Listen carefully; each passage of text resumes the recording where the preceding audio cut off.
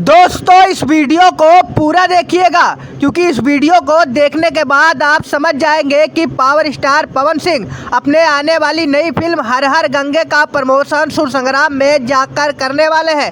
तो दोस्तों अभी अभी पवन सिंह जी ने मोहन राठौर जी की पत्नी संध्या जी को जन्मदिन का हार्दिक शुभकामनाएं विश भी किया। सुनिए पहले तो। आज हमारे छोटे भाई आप सबके प्यारे दुलारे सुपरस्टार कलाकार मोहन राठौर जी के धर्मपत्नी संध्या सिंह जी का जन्मदिन है। तो संध्या आपको जन्मदिन की ढेर सारी शुभकामनाएं। आप हमेशा खुश और रहें। दोस्तों आप सभी को पता होगा कि इस बार सुर संग्राम में जो जज रहेंगे वो मोहन राठौर जी भी रहेंगे। तो दोस्तों इस मुद्दे से क्लियर हो चुका है कि इस बार पावर स्टार पवन सिंह हर हर गंगे का प्रमोशन सुर संग्राम में जाके करेंगे, वो भी मोहन राठौर जी के साथ। तो दोस्तों इस मुद्दे पे आपकी क्या राय है कमेंट में जरूर बताइएगा। मिलते हैं अगले वीडियो में।